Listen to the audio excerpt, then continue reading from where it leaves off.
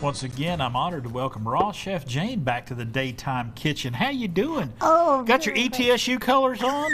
Go Bucks! Well, actually, yeah. I had my summer colors on because the sunflowers are blooming now. Yeah. And I said, well, this is kind of like the last leg of summer, so I wanted to look a little summery today. Well, so you do. I wore a yellow apron. But yeah, okay, ETSU. Go Bucks! I'll go with that.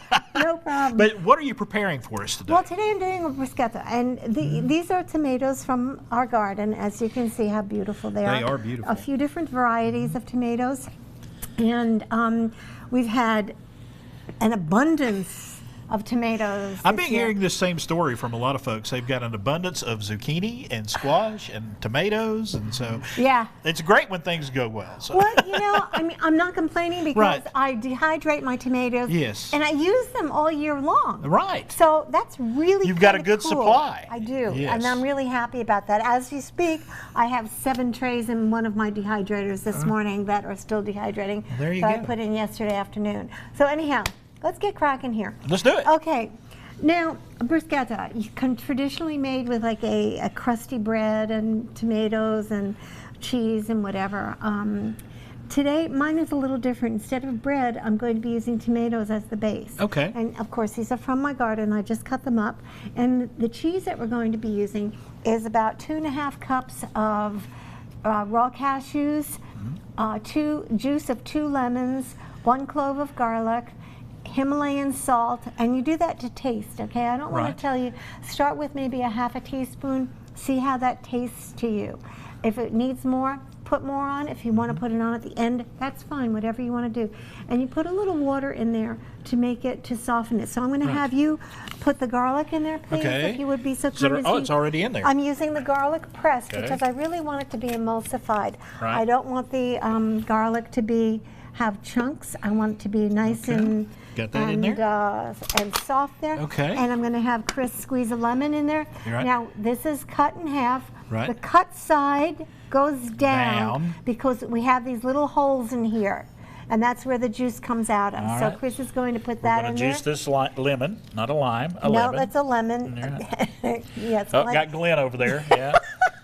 Yeah, no, you I want to did make sure you not. get all that juice because that juice is so good. Yeah, I know, that's fine. We have There the you go. juice of 2 lemons in there, okay? Okay.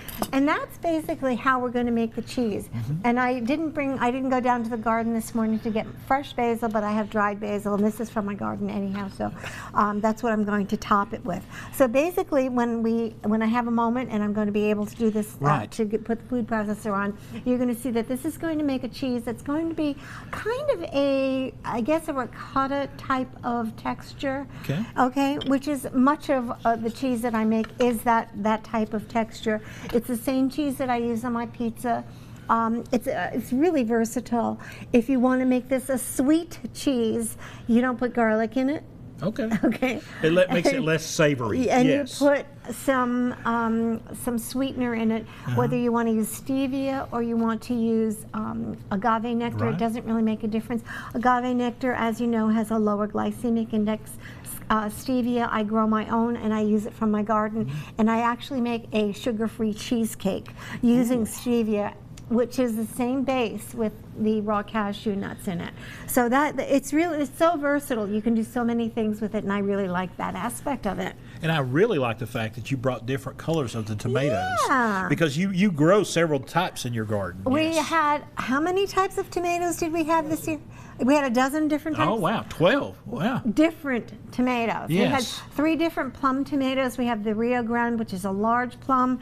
We have a regular plum, and we have the San Marzanos.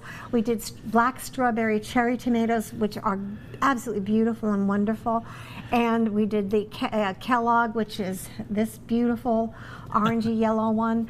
Mortgage Lifter, which I believe is this reddish pink one. It's pretty pink, but Yes. today it's very ripe and red. Okay. A Cherokee Purples and Cherokee Black also. This is a Cherokee Purple. Very unique tomato. Yeah. Yes. Oh, and so many others that I can't. Oh, Mr. Stripey and a big rainbow. And Oh, so many. maybe that's a dozen.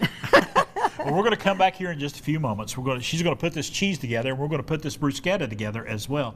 If you want to find out more, go to rawchefjane.com. She's on Facebook and Twitter and Instagram, and she has books, and she has so much going on. It is Raw Chef Jane. Are you looking for